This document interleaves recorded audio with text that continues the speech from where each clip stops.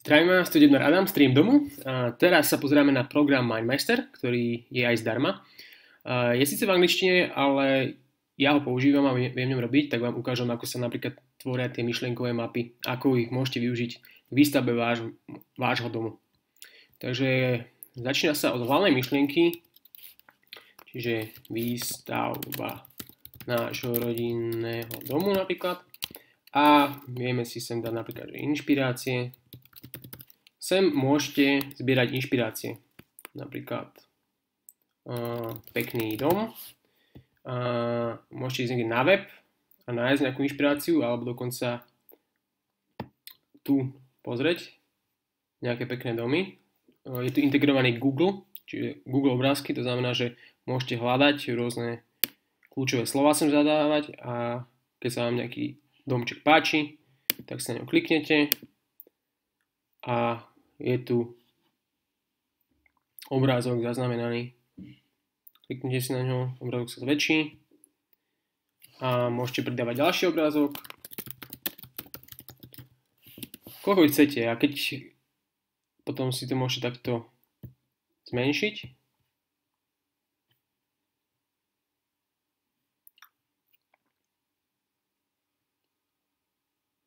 Obrázku si môžete pridávať koľko chcete.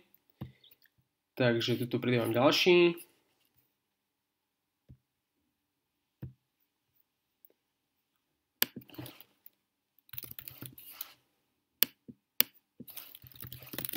Pekný dom. Takto si môžete povybrať vaše inšpirácie. Ďalej. Môžete si sem dať napríklad, že teda tvorba rozpočtu a môžete si sem dať nejaké poznámky k tomu a výpis.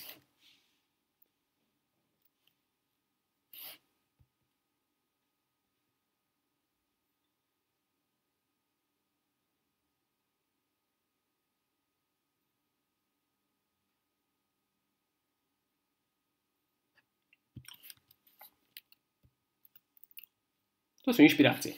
Môžete si začať plánovať celú výstavbu takýmto spôsobom. Tvorba rozpočtu. Alebo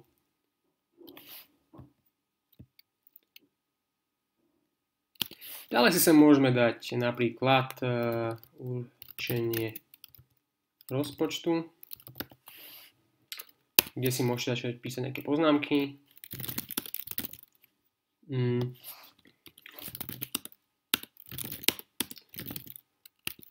Môžete ich ďalej rozvíjať, ako vidíte. A vlastne ku každému tomuto bodu môžete si napríklad, keď niečo spravíte si nejaký zoznam, tak môžete odfajknúť, že už je to hotové. A môžete si tam urobiť ešte zvlášť extra poznámky, keď je viac toho textu.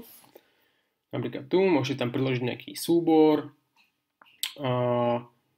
Môžete si to napríklad takto pekne celé označiť.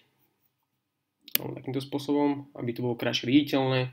Môžete si meniť farby a môžete sa s tým veľmi hrajkať a môžete si to spraviť veľmi, veľmi pekné.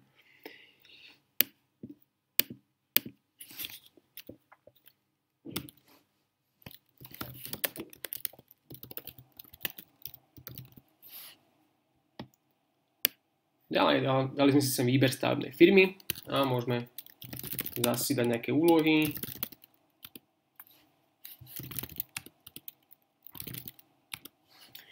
Po prípade dáte si nejakú úlohu a môžete si dať na ňu aj deadline. To znamená, že nastaviť si, že kedy ju chcete ukončiť, napríklad alebo na koľko percent je ukončená tá úloha, napríklad je ukončená na 50%.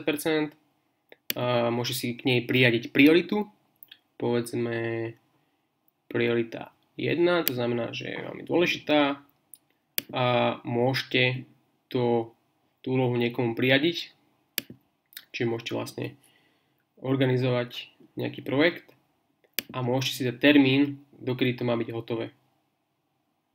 Povedzme 24. Čiže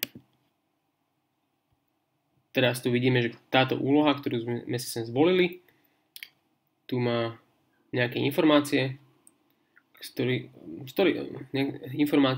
táto úloha, ktorú sme si sem zvolili, má určité informácie, z ktorých môžeme vyčítať čo ďalej. Čiže takýmto spôsobom môžete využívať mindmapu. Dúfam, že som vám to aspoň trocha približil.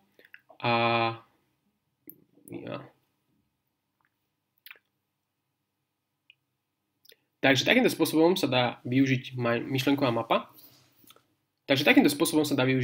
mapa. A dúfam, že som vám túto mapu priblížil a budete ho vedieť využívať aj vy v budúcnosti. Slúži to.